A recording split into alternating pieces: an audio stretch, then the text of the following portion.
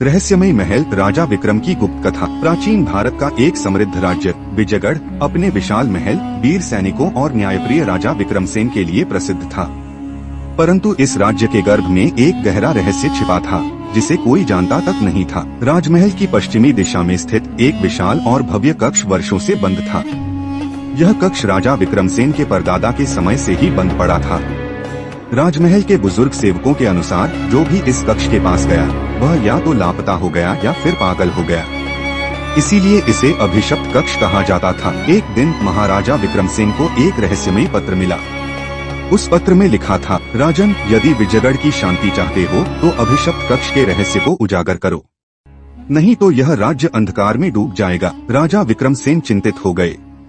उन्होंने अपने मंत्रियों और सेनापतियों से सलाह ली, लेकिन किसी के पास इस रहस्य का कोई उत्तर नहीं था। उसी रात महल की रानी सौम्या ने राजा से कहा, स्वामी, क्या आपने कभी सोचा है कि इस कक्ष का सच क्या हो सकता है?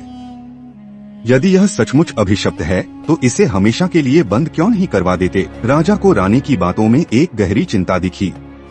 रानी का स्वर विचलित था, जैसे वह इस रहस्य से पहले से ही परिचित हो। राजा ने सोचा, क्या रानी सौम्या इस गुप्त राज को जानती हैं?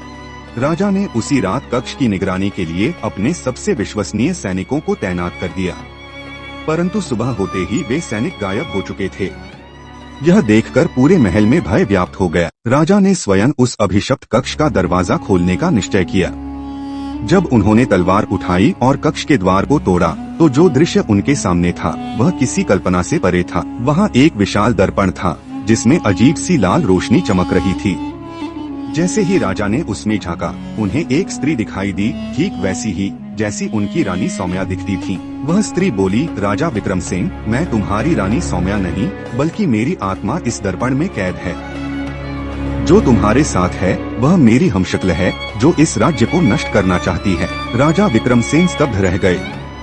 उन्होंने तुरंत पलटकर महल की ओर दौड़ लगाई। जब राजा महल पहुँचे तो उन्होंने देखा कि रानी सौम्या सिंहासन कक्ष में खड़ी थी।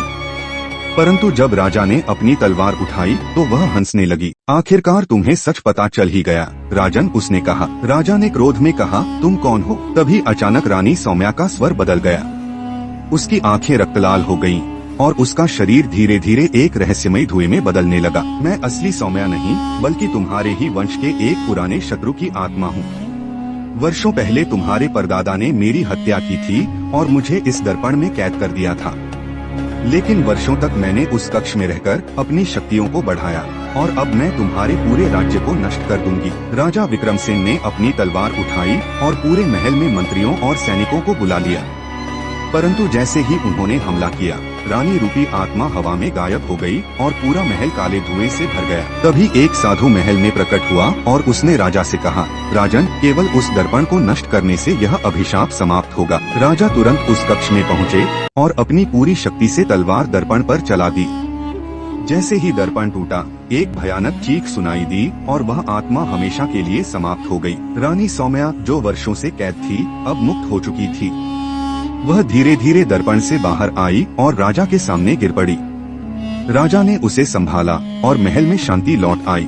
उस घटना के बाद राजा विक्रमसेन ने आदेश दिया कि महल के सभी रहस्यमय कक्षों की जांच की जाए ताकि भविष्य में कोई और आत्मा न जाग सके। रानी सौम्या और राजा विक्रमसेन ने विजयगढ़ को फिर से एक सुरक्षित और समृद्ध राज्य बना दिया। परंतु महल के पुराने सेवकों का कहना था कि कभी कभी आधी रात को राजमहल के गलियारों में किसी स्त्री के हंसने की ध्वनि गूंजती थी।